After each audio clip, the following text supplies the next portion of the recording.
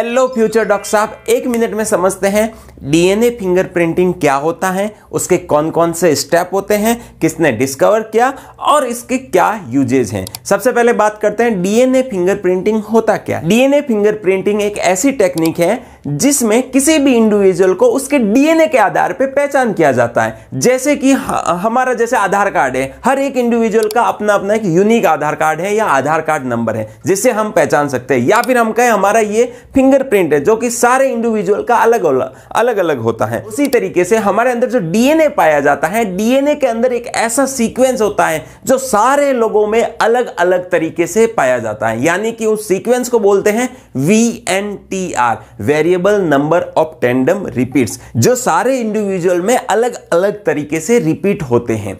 इसी आधार पे DNA fingerprinting की जाती है और यही इसका बेसिस है।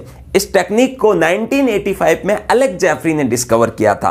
अब बात करें इसके स्टेप्स की, तो सबसे पहला स्टेप होता है किसी भी डीएनए को आइसोलेट करना, यानी आइसोलेशन ऑफ डीएनए। अब ये डीएनए जो आइसोलेट किया है, अब इसको हम काटेंगे, फ्रेगमेंट करना, ठीक है, तो डाइजेशन ऑफ डीएनए। उसके बाद उसको साइज के आधार पे सेपरेट करना बाय द जेल इलेक्ट्रोफोरेसिस। फिर फोर्थ स्टेप होता है सडन ब्लोटिंग, यानी कि नाइलॉन या नाइट्रोसेल्यूलोज जो मेम्ब्रेन होती है उस पे जो डीएनए को ट्रांसफर करना।